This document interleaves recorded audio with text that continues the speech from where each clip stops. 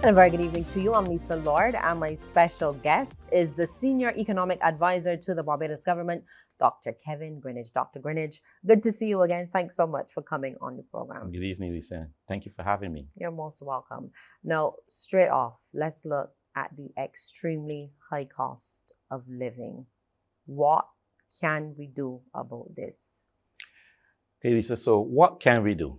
But before I talk about what can we do, we need to understand the concept and what is driving this high cost of living in order to break down the most effective way we can do it. So let me start by saying that high prices and high cost of living is not only in Barbados, it's throughout the region, it's throughout the world. I was in DC recently. In February, I was putting $2.14 per gallon of liter in my vehicle. And just a few days ago, I put $6.10 per gallon. I almost cried. So it's everywhere, here and the rest of the world. Now, to understand how we should approach it, let's see what is driving it, the channels, yeah? There are two main channels driving the increasing cost of living right now. One, fuel, increased fuel prices, and this is because international oil prices continue to rise. That is because of the war in Ukraine, supplies being cut off from Russia, etc. And even before that, prices were rising because of restrictions in terms of COVID, fuel restrictions, etc. In fact, I remember when we initially did the budget 2 years ago, prior to COVID, it was $60 per barrel. Oil prices are now $120 per barrel. So you double. can see, and we import a lot of this. Our import bill, subject correction, was 200 and something million. The first 4 months of previous year, this time it was 400 and something. It's going to feed into everything you do. So that's one channel, fuel, oil, and you say at the gas pump, yes? The other side is food. Now that is because commodity prices, grains, wheat, things that go even to the production of chicken, you got to feed them. Everything in terms of food is increasing, food prices. So these are the two channels. So then understanding these channels, the question is, what can we do? Now, Lisa, my purpose as an advisor really is to make it as simple as possible and give you my professional view without being political in any form or fashion. I've tried to do that. We've talked on different topics before. So I can give you my unbiased opinion. Before I get to what we can do, let me tell you what will not work, okay? I've heard calls, for example, for wage increases. Now, I ain't got no problem with anybody getting a wage increase. If I would like one too, no problem with that. Just remember that when government taking taxes on one hand, revenue goes to do services on the other hand. So the provision of services is directly correlated with the taxes we intake. And no one will argue that we have some of the best services in the region. People fly in to use our hospitals and surgical services. So there's a balance there. And if government give a wage increase, they must do one or two things, because that's expenditure going up. They must either find more taxes, or failing that, they must find another service to take out, the cut, or failing that, they must take on that. There's no magic about it. So that's a conversation that the government will have to have with the people when it comes to that in terms of what you want. However, wage increase. If the purpose of a wage increase is to deal with the high cost of living, it won't work. Let me say why. Anytime you give a wage increase in economics, and you say in almost every country, it almost and every time lead to price increases, especially when businesses and people who produce, etc., are under pressure. Imagine this, Lisa. Let's say a small business, maybe you have a hairdressing salon, right? And you employ 5 people, they're all doing hairdressing, etc. Then because of what's happening in the economy, you are told you have to give your workers, say, additional $50 when the week come. So that's $250 you gotta look for, right? That's you got 5 people. And so every month that's $1,000 extra. But because you're not seeing any increase in people coming necessary, because you got irregulars. So the moment here you're doing things, your income remains the same. What are you gonna do? It's difficult for you to absorb that additional increase that you have to give your workers, because you're already feeling pressures from the other fuel, the electricity, things that go into, you're already feeling pressure. You don't have a lot of room. Eventually, you know what you can do? You can get a sign and say, effective X date, prime, weave, or what, prices will go up. Same thing in supermarket. Massy, whoever, small supermarket, popular. If they have to pay their workers an additional amount of money, I guarantee you without fail, shortly thereafter, the amount will be reflected in the prices. So then you, the consumer, who just got the extra $50 from your hairdresser, going to the market, you don't get any more, they can probably get less. Not only are you not getting any more, you will probably get less. Why? Because the way we move prices in Barbados and generally in the world, it doesn't go up like that. Producers, etc., would, as of the little 1 or 2 increases here and there, go moving prices. But the moment they have to move it, they move by more than warranted most of the time. Because the other things they didn't do before, now, you know, maybe they had their shipping increase, they said, nah, I'm passing it on. Maybe they had a little tax increase, nah, I'm passing that on. Or, but I got to do something, then I move. So invariably, the price goes up by more than the increase in wages. That is not the way to fight increased cost of living, by giving more money. It is called money chasing inflation. You'll never catch up. And you've explained all of that, but does government have wiggle room now? All right, to so increase wages? Let me get to what we can do. What you as what individuals can do, me, you, I, everybody, and what government can do. Does government have wiggle room? Yes. The answer is no, in my view. Okay? Let me explain why no. You recall that prior to COVID, during the COVID period, we lost $600 million in revenues the first year. The second year, we started to pick back up, but we were $400 or so million shorter than what we would have projected prior to COVID. We used to be taking about $3-point-something billion, just say about $3 billion in revenues. We would still down to about 2.6. We're anywhere near where we were supposed to be, but the expenditures went up because you had to deal with COVID-related expenses. They placed down Harrison Point, increased medical services, the drugs, everything, vaccines. Those still elevated, right? And then we had increased persons to do the money that government will pump into helping the poor and vulnerable, increased 40% of the welfare department, different programs. So the expenditures went up by almost 3 percentage points of GDP, about 300-something million, and the revenues was the thing. So now you see revenues creeping back, yeah? And when we did the budget, we have a kind of 1% primary balance, overall a small deficit. So there's no more wiggle room. So persons I saw say the person is saying, well, because of the increased inflation, government can get more money. Seriously, let me explain. In the budget, government capped the revenue you get from fuel at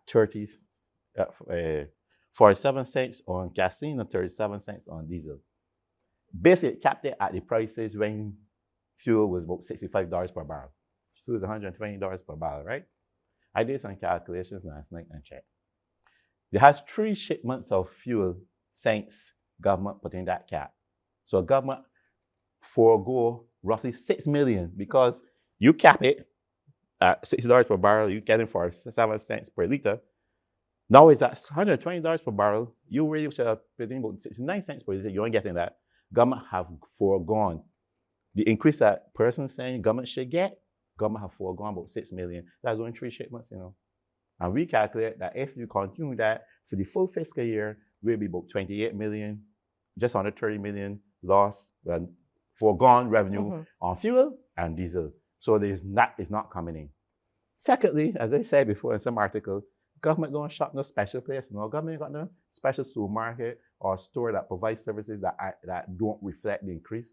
Same way that you and me, everybody seeing the pinch in terms of increased services, prices, government too. If government go and put a carpenter to pay the school, because his tools and his material going up, he gonna give government a higher price. So we are seeing government expenditures increase not only because you're providing more services, but the costs are going up. So there's very little wiggle room. If we do get some, it'll be marginal, right? And so there's not that wiggle room to do the things that, pump more money. What government, in my view, if they have any wiggle room, should be doing is using that to protect the poor and the vulnerable and to help create jobs. I tell you about government side and talk about us, the people, right? Because you have limited space, wiggle room, almost none, then you have to be careful what you do with it, correct? So, I can't go and give everybody something. I gotta forget those who don't have. Some people were working and have managed to maintain their jobs during the pandemic, but a lot of persons have lost their job and they haven't gotten it back yet. Yes, the unemployment rate has fallen to 10.9, but before COVID, it was 10.1. And Prime Minister is committed to bring it below that. So we still got people in working. Which you think is better for me to do, Lisa? Take any additional space I got and give, I hear some persons call for reverse tax credit. But there's no such thing as advancing reverse tax credit. Because if you do that, that's an advance. They can only give it anyway people down pay. But let's say you can do that.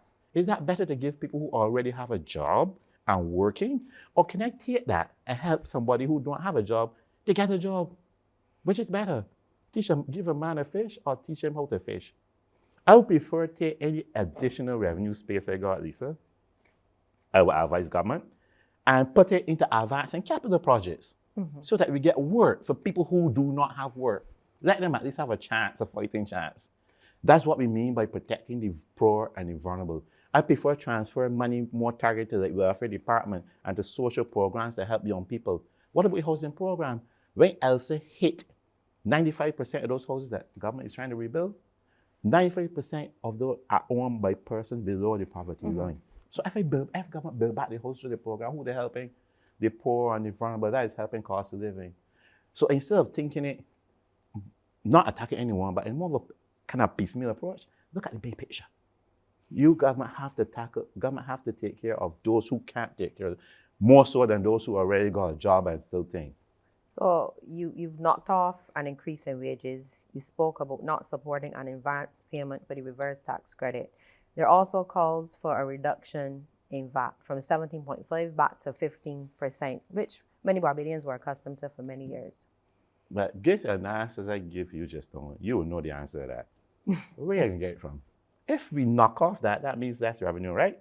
Well, as I told, anything is possible, you know. A government can do anything. They can give the wage. You can, what was the other one? Advance the payment for the reverse tax credit. You could do anything. You can give a reduction in taxes too. Just tell me where to make the gap. I either have to reduce the service that I'm providing currently now, or I have to find tax money from somewhere as a tax, and you don't want to do that in an economy like thing, or I have to increase debt. It's choices. Leave that with your next generation or continue the commitment to bring down debt. That's a choice. What do the people want? So it's not that clear to say a cut. In my advice, now will not be appropriate time. Having lost revenues during the COVID period, having tried to get the economy to grow now, and revenues not back where they're supposed to be, I think that would be an ill-advised policy. But isn't 15% quite significant still to the coffers? Yeah. But the 2% you're giving that have a dollar value attached to that, which is linked to some services we will provide. So yes, it's significant. We will still get something, but you still got to tell me we make it the gap. I still have a gap. How to make it up? And therefore, I think I believe, and as I will advise government, yes, reduce the VAT rate. But you know when? When the economy is back to where it used to be before and growing. Therefore, you're getting more of the cake. Remember, the economy contracted by 14%. The economy is now smaller than it was before the crisis, back to 2007-8 level.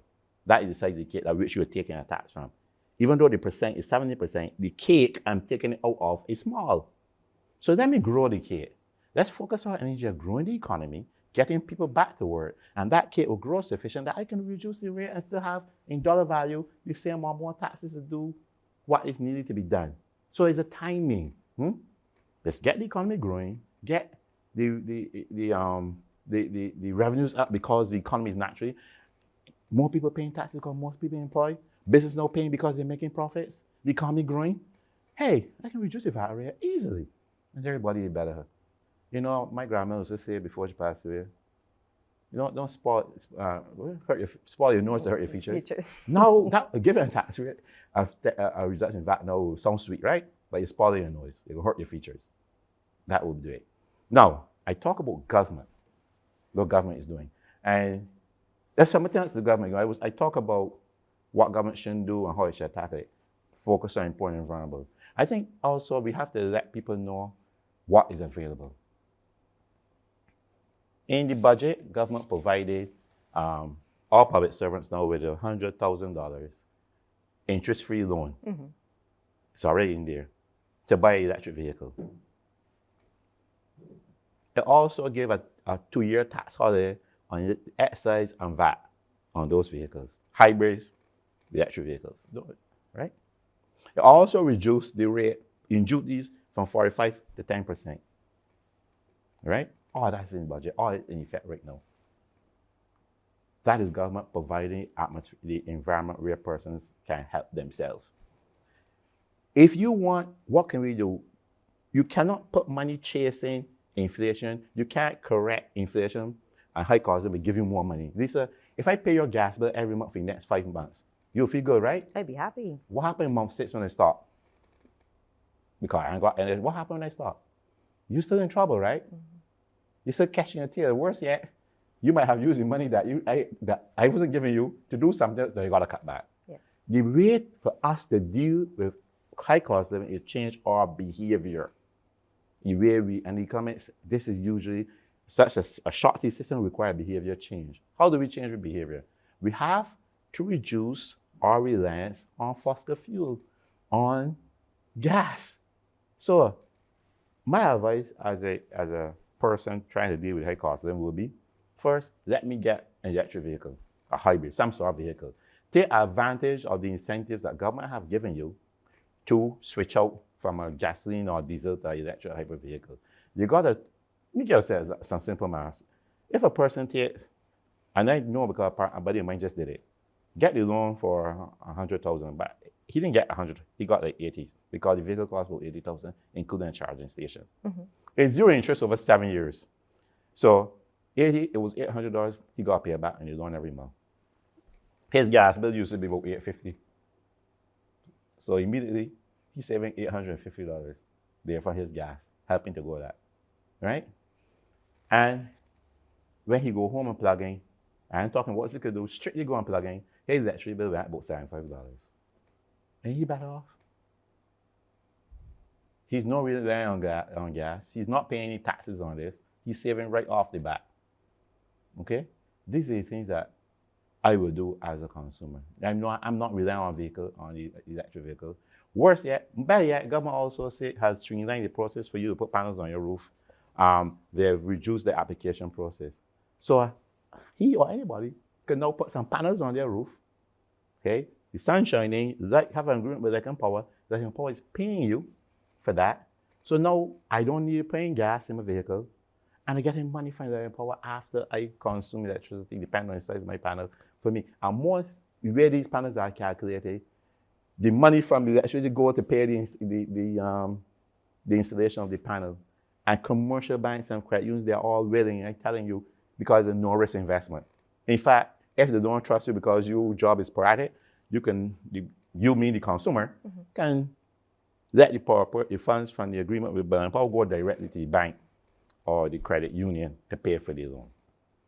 So I got some panels on my roof last month, and I use air conditioner, all kind of thing. And last month, Barbados and Power sent me a check for $1,000 something for 3 months. Well, this is no brainer. You're not relying on the gasoline or your electric vehicle. You're reducing your costs. On electricity. You see how you're doing it? You're weaning yourself slowly off it. Now, even if you're in public sector worker who could take advantage of 100,000, there are commercial banks who are already putting programs and products, they call them, in place to help because it is a no-risk area. Let me ask you this. Now, the government is proud of its foreign exchange reserves, which now stand at just over $3 billion. At what point do we ever dip into those reserves to allow some fiscal space and easing the pressure? All right, so let me explain there. This is, again, another misconception. The reserves at the central bank is not government reserves. They are the country reserves. They are not government reserves to dip in. I mean, that's like stealing. Nothing to do with government. The central bank have reserves, which is country reserves. So if you have a little business, right, and you export some products, you're making some mobby or pepper sauce or something, and you export to US or region, they pay you in US dollars. And you take that to the central bank give you Barbados equivalent, and they take that money and put it in your reserves. That ain't got nothing to do with government. Somebody else later who need some foreign reserves to go and buy some imports, because remember you import, so US don't take Bayesian dollars. Nobody want to be, well, not that we're dollar and strong, but it's not what we call a vehicular currency, a currency that carries a lot of weight. So you must use US dollars to buy imports. And that's why central bank has a reserve, a pot of money we call reserve US dollars, Canadian, sterling. It's not nothing to do with government. Sometimes when government get like a loan or a foreign currency coming in, the central bank will change it up and put that money into the pot. And government, if they want, give government the Barbados equivalent. So that money is not government money. It's nothing to do with fiscal space. That money will go down as the economy grows and people come to central bank and present requests for foreign exchange to buy the materials, to do their farming, to do their business, to do etc. It moves with economic activity. The fact that it's not moving, it simply means people are not demanding enough. Do you understand? Government cannot create fiscal space by doing anything with reserves. In fact, government cannot create fiscal space by borrowing from central bank. All you're doing, so what is fiscal space? You have revenues. Let's say you have $200 of revenues, and you have $150 in expenditure. Then you have $50 space. Revenue minus $50 space. If you have $200 in revenues and you have $190 in expenditure, you got $10 space, right? And that's how it works. Basically, that's fiscal space. It may be small, it could be more. The only way to do it is one, reduce expenditures. So now if I have $200 in revenues and $100 and I reduce from 50 to 100, now I have $100 in space. Or increase my revenues. That's the only two ways you create more fiscal space. There's only two ways. So so as the economy grow, and I keep saying this is a connection. As we grow this economy, we get private sector investing, we roads come on board, we building our capital expenditure, you get more. So your revenue goes up. Now you see, you control your expenditures and spend it prudently. That's how you create fiscal space. And I hear everything you're saying, but for the sake of clarity, I know you said that the reserves are not the government's, it's the central banks. However, not the central bank neither. They're the custodian of the reserves. The reserves are the people of Barbados reserves. The country's the reserves. Yes, please. However, the government did borrow to prop up those reserves. The truth is, government did not borrow to prop up the reserves. So, and let me explain why I say that. Government borrowed from international donors to execute the BERT program. When we first started the BERT program back in July 2018, of course, reserves were basically almost absent. So we designed the BERT program in such a way to get us out of the hole, to grow the economy, to fix the fiscal, because we had a lot of arrears, etc. $1.9 billion in arrears, and now only have about just over 100, to do different things. And in designing that, our expectation is that we would get economy growing and reserves start to pop up. In addition to that, because it was a hole, the IMF and international donors would have lent government money to execute the program. As money come in, $100 coming here to help you with something, that $100 go to the central bank, that RT reserves, central bank give government the 200 Barbados equivalent, and we do our program. So why I say we didn't borrow to prop it up, because we're executing our program in such a way, the result is that your reserves will grow, right? You are correct, though, technically, in that a lot of the reserves, a large portion is borrowed money. Let me fool nobody. So why I was trying to play you there, you say we didn't borrow for that. We borrowed to execute our program. The result is that the reserves grew. The growth grew because of tourism and everything, but also a large portion is borrowed. But is that a bad thing? Absolutely not. We say in economics that every country, especially development countries, got to borrow to grow, to execute program. You will borrow to build a house. Is that bad? I borrow to do things. The trick with that is that you have to have a medium-term program, whatever fiscal program or your home program, whatever program, that when it comes time to repay, you have money to repay. So you're putting that borrowed money into productive uses, as the government says, capital programs in different things that would generate growth to pay it back. And you make sure when you borrow so at a reasonable that you can accommodate. So most of those loans will be averaging 2%. Prior to the BERT program, loans were averaging 10 to 14%. You see the difference? We were spending 68 cents on every dollar on debt services. Prior to COVID, we were down to 22 cents. There's nothing wrong with borrowing. Rich people, millionaires, billionaires will tell you they don't even use their money. Use borrowing money to grow. So there's nothing wrong with that. Just put it. Now, the most important point, though, as you will point out, is that those reserves go to protect the exchange rate. People have confidence in that because you know that you or John Brown or Mary Jane will go to the central bank to buy anything you can get some reserves. That's the most important part. It builds confidence. But that's still a concern for Barbadians, how much government is borrowing at this time. No, it's not. It shouldn't be. Let me tell you why. Before the BERT program, our debt was 179% of GDP. Prior to the COVID, we had brought it down to 119% because of debt restructuring and other stuff. It went back by 20 percentage points because we lost the the economy collapsed. So we lost about 14%. That's the base, debt to GDP, the debt over GDP. And so it went up about 140, but we know back down to about 130. Now, you say it's a lot of money borrowing. If you look at the data, I don't have exact money data. We used to be like, before BERT program, it was $17 billion in debt. Normally, remember the GDP ratio is debt, dollar value over GDP. That dollar value used to be 17 billion roughly. Prior to COVID, we brought it down to 13 billion, 13.7 billion, 13.12. It is roughly still 13.1, 13.2 billion. We haven't increased the dollar value. What hurt us is that while we were bringing it down, the base, remember, a number over a big number, make it smaller. The base, shrank by 14%. All of a sudden, the ratio going back up. But you don't borrow no more. Yes, you borrow, but you're paying off. You borrow, you're paying off. You borrow, you're paying off. That's part of an overall design program. If you don't have a program, you can borrow and you're not sure you're paying or nothing. So it's not a concern. The dollar value has not changed. We have continued to bring that down from 17 billion out to 13 point something billion, not much.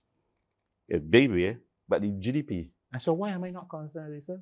Because we will grow this economy. And once we grow the economy starts, what happens to the base? It starts to expand and the ratio continues to come trending down, giving you more space. Because international, people don't look at the dollar value so much. What matters is the ratio. Why? With your base salary, Lisa, let's say you earn $100,000 and I earn $10,000. Let's say you have a $9,000 debt at the bank and I have a $9,000 debt. Maybe you got the same $9,000 in debt, but the bank ain't look at me and speak near me. You know why? Because my debt to my income, same to the country, is debt to GDP. GDP of country is income. My debt to income is 90%, right? 9,000 over 10,000 is 90%. Your debt to income is 9,000 over 100 is 0.9%. It's 9%. You are more creditworthy in debt. You have more debt space than me. You are 9% in debt and 90%. So countries look at the debt ratio. That's what matters. So to simplify, what government has been doing and continue doing is, as it borrow for productive purposes, pay off all debt, keep the nominal value down, and continue to grow the economy. In other words, move my $10,000 income to 20, to 30. All of a sudden, banks look at me and say, oh, Kev can now borrow a bit more. He look credit worthy. It's the same thing with the country, right? So we don't have a debt problem. And I am not concerned unless you tell me we don't plan to grow this economy. Now, if you tell me we don't plan to grow this economy, that'll be a concern. But in our medium-term framework, we have projected growth. Economic growth for the first quarter this month by 11.9% this year. And we have projected to grow by 11.2% or so for the remainder of the year, predicated on continuing to pick up in tourist arrivals, etc. We just got to do it. All right, Dr. Greenidge, what we do have to do is take a short break. Stay with us. You're watching One on One. Let me begin preparations. It's hurricane season. Let me sit down and reason. Let me secure a nation. Know your shelters, Bajan. Help out one another, is vibration. Develop emergency community plans so that we could function. Remove outdoor objects. Make sure that you went to the ATM. Stock up with water. Make sure you clean the guttering. Lord, what about clean food? Make sure you got some stock up in your room. Make sure you prop up the paling and tie down the roof. Let me start to prepare real soon. Let me begin preparations. It's hurricane season. Let me sit down and reason. Let me secure a nation. Know your shelters, Bajan. Help out one another is equation. Develop emergency community plans so that we could function. Hi, I'm Dr. Adana Grandison, and I'm here to give you a few tips on how to accurately and safely take your blood pressure readings at home. Before taking your measurement, sit in a calm, warm environment. Don't perform any exercise in the preceding 1 hour. No coffee, food, smoking, or even sinus medication in the preceding hour to taking that blood pressure reading. Empty your bladder and bowel. Most readings that are taken at home should be below or at 135 on 85 millimeters of mercury for uncomplicated hypertension. Lower home blood pressure targets might be advisable in persons who have the following conditions: diabetes, chronic renal disease, or coronary heart disease. If several readings are above 140 on 90 millimeters of mercury, make an appointment with your physician immediately. Ensure to take your readings at the same time every day. We advise 2 readings in the morning and 2 readings in the evening, initially to profile yourself, taken 1 to 2 minutes apart.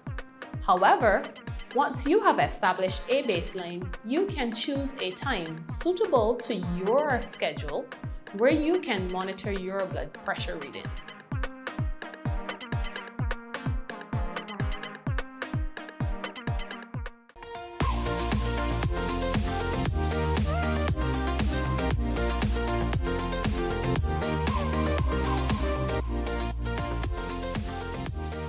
Welcome back. Dr. Greenidge, just before the break, you were talking about projections for 2022, but let's look at how the local economy is performing at this stage, 6 months into the year. Well, we have data probably for the first 4 months. The central bank governor, I don't have a number on top of my head, but the governor spoke about the economy grew by 11%, roughly 11.23% in the first quarter, which is consistent with our overall growth trajectory of between 10.5 and 11% for the year as a whole. And why those numbers are high? Because we're coming from a smaller base. We will have lost 20%, 14% in 2020, then we only grew by 1 point something in 21. So this is continuing trend. Main engine continues to be tourism. Mm-hmm. Tourism is about almost 60% of what it was in 2019. So it's still room to grow. So we still have to go there and get that going, but predicated on it, continue on that trend, we will see growth this year. The other sectors continue to improve, but again, we're facing same constraints, supply constraints, etc. Dr. Greenidge, the IMF mission to Barbados just completed its 7th and final review of the BERT Extended Fund Facility successfully. Now, the program is supposed to end at the end of September, and I know that government is supposed to engage in talks shortly as to whether or not we enter into a new IMF program. You are on loan from the IMF working with the government at this stage. From where you sit, is it highly likely that we will enter another IMF program?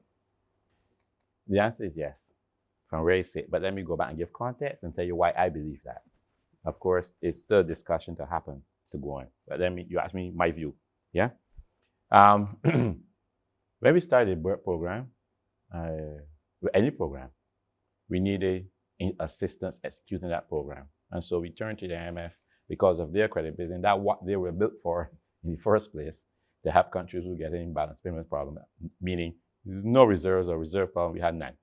So the IMF came in and endorsed our program, the BERT program, and bought put skin in the game, we say teeth in the game, by putting financing every review. 2, they play a calculated role where international development partners like IDB and we're CAF and World Bank were willing to come after and be part of the program, either technical assistance or providing funding. And 3, they play an endorsement role in that it help us to keep our feet to the fire and trend in meeting our targets set under the program. And as you say, we just did the last review. We've been very successful in the program. We've reduced the debt to sustainable levels, debt on a sustainable trajectory. We've fixed the fiscal, including paying, settling close to $1.9 billion in arrears. We've built back the reserves to the level that give international confidence. We had that upgrades to our ratings. And we've basically had a successful relationship with the IMF. And IMF support, internal finance support, comes about 1%. While if you go to the market, with all the credibility we had because of our performance over the previous decade, you last loan the government get from the market, we end up at around close to 14%. So that was a very successful relationship we had with the IMF. Going forward, because of COVID, there are a number of things we could not have executed on the BERT. Some of the reforms, the SOEs, still remain to be done. So we have to continue. In fact, we've just revised the BERT and it's being on review to BERT 2.0 in terms of what we need to do to get this economy growing. We need to do greening, we need to build resilience to climate change. We know about all the natural disasters we have had, Elsa, the freak storm, the ashfall. We are very vulnerable. If anybody doubt that, we know that now. We need to build resilience in terms of our road networks, putting utilities on the ground. We need to do things. We need to grow this economy. And so we have to execute a BERT program. The question, and that will require financing just like BERT 0.1 or BERT 2018. How do we do that? Where do we get the financing from? So that's going to be one of the questions. Do we go to the market and start to borrow? And in this environment, it's probably be, even though our credit worthiness has gone up, the market will probably be 4, 5, 6% points at best. Or do we go for IMF for cheap money? 2, we need technical support to execute our program. We don't have all the expertise here. Now we could take some money and go and have some fancy people come in and give us support, but the IMF also plays that part in gathering technical assistance, we call it. You see, they did it at the Port Authority, at the customs, and different places they've provided that assistance, which is useful. We need that going forward. But most of all, they're going to need this catalytic. If we say, oh, we're going to do it on our own, because we're going to do it on our own. And people say, seriously? You're going to do it on your own? All right, hold back a bit, maybe because they're going to watch you. It's okay, let me see what you're doing. But if the IMF is in there saying, yeah, this is a good program, 2.0 is good, we endorse it. In fact, we're going to put some funds in it. People are more willing to come in because they believe what the international institutions say. So that's what my leaning would be to go back in. In addition, the IMF just brought out an instrument called Resilient Sustainability Trust. Resilient Sustainability Trust, RST, which is designed to help, particularly developing countries, to carry out programs to build resilience in the economy. So that financing is a much longer term. I think it's like 20 years, and it's very, like 1%. Tell me you're going to borrow 1% to build anything about Barbados. I would love that. Right, mother. So when we don't build our BERT program, we include things that we want to do on the roads, or we want to put utilities on the ground, or we want to do in this. That's a no-brainer. In my view, that is a no-brainer. You can get financing for your RST, but to get the RST financing, you got a program. But hey, I got no problem having a program because I already have a program, my own program that you need to execute. I just need support. So from that perspective, I see it as a no-brainer. Now I know as a Bajan growing up, as a Caribbean person growing up, the history of the IMF in the region has not been well. We used to use it as a bad word, right? And it started in Jamaica. IMF was in Jamaica in the biggest financial crisis collapse in 1995. It happened in Trinidad. But that IMF, this IMF is not the same IMF. If you used to say that's my grandfather IMF, not anymore IMF. The relationship is much more. Back then, you would come with a more perspective template. Now it's a discussion. In fact, now I tried to get people to understand it's our program. It's not really an IMF program. It's IMF support. Our program is called the BERT, Barbados Economic Recovery and Transformation Program, which me, along with the government economic team and consultation with the social partnership and general discussion across Barbados came up with. Let's not discredit ourselves, keep saying we got IMF program. The IMF comes in, we discuss the program. They say, well, this is good. Maybe we want to tweak here. This looks nice. Maybe set these as targets. Then they have something called EFF, or standby arrangement. That's how they determine their facility that will bring financing and help. But they will not change that our program. So with or without IMF, work continues in Barbados to grow this economy. Going back to something you touched on very briefly just now, you said any BERT program going forward will involve the restructuring of the state-owned enterprises, which you did not get to given all the restrictions with COVID, etc. So we can look forward to the state-owned enterprises being reformed going forward. You got to make the state-owned enterprises efficient. Even if you ask anybody, there are things, you got UDC and RDC, probably doing the same kind of thing. Why not bring it together and see us? There are things, the efficiency in technological use of technology, putting things online. People here are restructuring and think about jobs. I ain't talking about that. We're talking about realistic restructuring to get efficient. Of course they're worried. Of course they're worried about their job. I'm not saying about that though. I'm talking about restructuring to get efficiency gains in how we deliver service. Kaipua did a lot. It's online. You can go. The work has been done. There, nobody going home. We're talking about efficiency gains that have to make it more effective. We are a service delivery economy, right? You have to ensure that when a business comes to set up, for example, in 12 days, in a month, is a day or two. The delivery of services, you got to be able to pay online. You got to get away from the long lines. This is our, so we have to, we're sitting down and we're coming with a holistic. You can't tell me that CBC here is efficient as it should be, or Water Authority. There's work to be done. There's always room for improvement. So I'm talking about. We had you remember prior to, at the start of the program, we did an online survey. You remember that one? 5,000 people responded. And we say, out of all the SOEs and things, what was highly desirable, what was optional, what can be developed elsewhere. And that came up. Out of that consultation, we came up with a SOE reform program. But you can't finish it with COVID. Yeah. So we knew, for example, that's what informed the position we do with caves, where you get a management company to run the caves and you say, oh, it informed what we did at ASC. It informed everything, transport board in terms of, but we need to continue that in order to make the SOEs. Why do I want to make SOEs more efficient? When they are more efficient, there's less reliance on government for financing. And when there's less reliance on government for financing, that thing you asked me about fiscal space, I have some of that now, that we can then do other things. So it's all connected. Well, Barbadians seem to have some fiscal space as well, because the last report coming out indicated that about $14 million in savings is in our banks. Yeah. Would you like to see Barbadians investing that money more as opposed to just having it on an account and not getting any real returns? Lisa, I think that's a good question. The answer is obvious.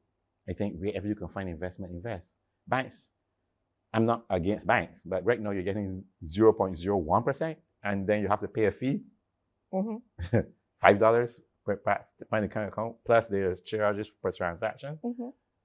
Why would I keep my money in a bank? I mean, besides the fact that I want to be able to log in and see it, and see it diminish in my eyes, I ain't got nothing against banks, okay?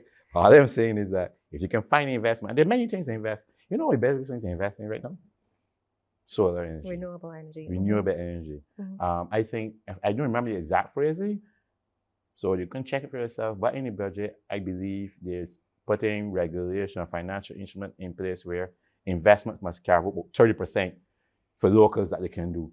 You invest in even investing in panels on your roof is an investment. You spend money to put panels, and the normal industry standards is that within 5 years, it pays off itself. And the next 15 years, go over a 20-year period, is what we call gravy. It's profits, money in the bank. That's investment. Invest in solar farm, green your house. Yeah? This is, so sometimes people see, you don't see, let me tell you what's investment. A friend of mine came to me and told me, there's a friend of mine, she told me that she has a loan with a credit union. And I mean, she get maybe 0.1 or, say she get 1%, I don't remember. On the other hand, she had, that was 15,000. She have a 25,000 loan. She have a 25,000 loan with a credit union, and she paid them 7% per month. A loan, a repayment. That's the interest rate. First I asked her what the interest rate. She didn't know. I said, you got a loan, you know the interest rate? I mean, so that's why we need to educate people. I said, go and ask if a credit union what your interest rate is. She came and told me 7%. I said, oh, how much? And so they froze the 15,000 she got to secure the 25,000 loan, right?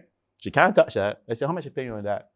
0.1. I said, so you think that you only see the interest 0.1, but you paying them 7. If you take your $15,000 and pay off that loan as much as you can, that's 7% on 15,000 that you have saved. People don't say that, you know. Just taking money and paying down a loan, a high interest loan, saves you money. You might got a mortgage, right? I can guarantee you, let's say you have a 30-year mortgage, that if you pay $100 extra to principal every month, you can save 10 years off that mortgage. Because it is the foregoing, a mortgage is 7%. If I take $100, that's 7%. I've saved 7%. That's $100 in the mortgage that your bank can no longer charge 7% on. So sometimes people say, but why are you investing? There's an absolute investment instrument. There is, yes. But if you look carefully, you can find something to invest in. And the someone that everybody has most is debt. Yes.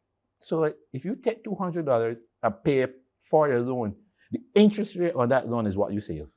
Where are we with getting several capital works projects off the ground? We keep hearing that the Hyatt is coming on stream. A lot of these programs are coming on stream. They are available on, for example, I know the roads, etc. A lot of the stuff has to do with the supply constraints and tying it down. But a lot of them, they're coming on stream. The roads, for example, which I've been fortunate to be part of the team, look at it, I know that roads contract will be signed anytime soon. That's going to be a big one, the Scotland District. The Hyatt, I think they're just finalizing putting the dots on top the I, but a lot of these things are coming on, and that's what we have to focus on, Lisa. If I have fiscal space, maybe I can start some of those waiting for the contract to come through for other things. This is what you need to work on to get that growth. And Sam Lorde's Castle, that's supposed to open going to be finished right now. They finished it. That should have its doors open for tourists by the end of this year. I would say, time, and that's probably 1,000 workers coming on in jobs, etc. That's the focus, Lisa. What's your concern, given that we've gone through COVID, we've gone through natural disasters, we are seeing a big uptick in tourism again? What's your biggest concern regarding the local economy now? That I think my biggest concern is that there are two concerns. One, I think I would love to see the private sector coming on board a little faster, taking the opportunity to invest, to green the economies, their businesses, to spend money building resilience, so that if another COVID or COVID-like shock comes, the shock would not be as hard to them and recovery faster. The problem with that sometimes that we have to change the mindset, because building resilience sometimes means having a lower profit margin now, because you're taking money to invest in something to fix the business. Maybe if it's having 2 plants, so if one goes off, or maybe it's diversify your product line or whatever. So I would like to see a bit more of that. So the private sector generally coming on board a bit more. That's my main concern. The other concern would be that as a people, I think we have to. I don't want us to start pulling at each other and pulling away, in terms of remain focused on growing the economy. Don't be distracted with trying like, I know cost of living is high. Behavior change takes time, right? So instead of trying to throw money behind cash out with cost of living, change the way you approach it, change your behavior. That's my biggest concern, that one of the concerns, that people get it, that they are willing to change behavior. We talked about earlier about dealing with fuel. For example, I talk about electric vehicle, etc. I talk about putting panels on your roof. Those are behavior changes. Perhaps start planning your trips. And carpool. Why not 2 or 3 people go in the same direction, one person drive, and we share the gas, or whatever it is to go together. Instead of driving to the supermarket around the corner, take a walk. It's healthy for you, or ride a bicycle. Different things. Instead of 4 cars living in a household, which I know there's one up near me in my district, why not 1 car leave? So thinking a way to deal with it and change your behavior. We talk about high food prices, but we haven't really tackled that, right? That's another behavior change that we need to enact. So we know we have our relationship with Guyana. Absolutely. So from the government side, the Prime Minister had a summit. There was a summit in Guyana recently, and coming out of that, a number of initiatives. There's the black belly sheep initiative. I know, for example, the difference between Guyana and us is that we could fit us in Guyana many times. And size does matter when it comes to agriculture. So having a relationship where the general principle is that Barbadians can own land in Guyana next to nothing. So you could put 50 acres, 100 whatever acres in blackberry farm production. And then you got to grain over. And therefore it's much cheaper to do that. Having a full terminal where shipped in Ghana, which allowed for, the Prime Minister was speaking today, she saw pineapples at 25 US cents and things. I mean, even if you have to pay something getting here, getting our food from that relationship will save a lot, right? Even trying to help the poor and vulnerable in Barbados, I told you 95% of the housing stock that was affected by ELSA belonged to people that operate below the poverty line. And so we have a relationship, get a relationship building, part of the government housing program. This is a big housing program. Will be a relationship with Ghana where we get some of those. I mean, for time it's smaller here, but Purple Heart and all the Green Heart and all the hardwoods, whatever you want to call them, and the carpenter. Building some of those houses help us and form that relationship, interrelationship between the two. So government is doing that at the level to make sure the food import bill falls, and then we spending less. And that will reduce the cost of putting food on your table. But while that is happening, our behavior changes that could be different. Huh?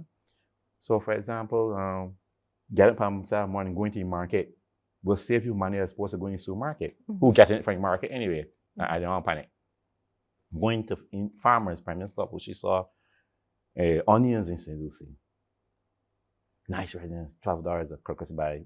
No, you can do that and share among the family as opposed to going to supermarket. I'm not trying to boycott supermarket, I'm just saying shop around.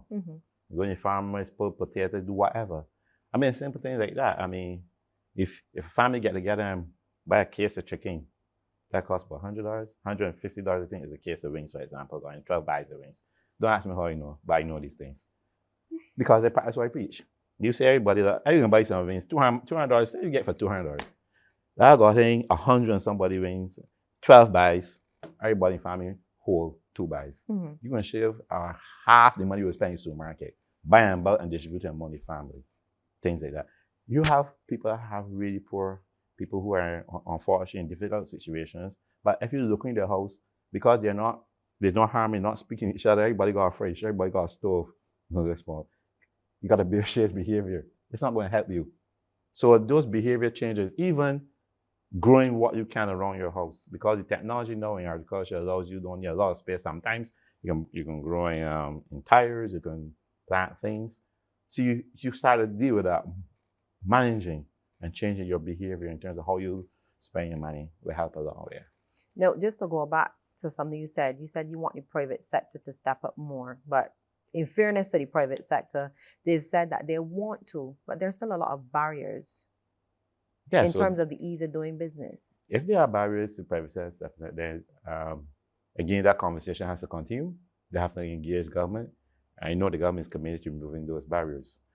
We had a meeting recently on, I don't remember the name of it's something for results, planning for results, but basically a planning meeting held by the Prime Minister recently, a few days ago, in which she were charging ministries and ministers with what are you doing in this, say that is business registration. What is the efficient, how many days you're looking at for business to come and register, how long it would take. Now maybe, okay, we reduce it to this, a planning. So I know this doing business is set in front of the government policy. And so I just encourage the private sector, any way they think needed, just get engaged with the government on that. Dr. Greenidge, it's always a pleasure speaking with you. I really appreciate you coming on the program today. Thank you very much, Lisa. Thanks for having me. You're most welcome.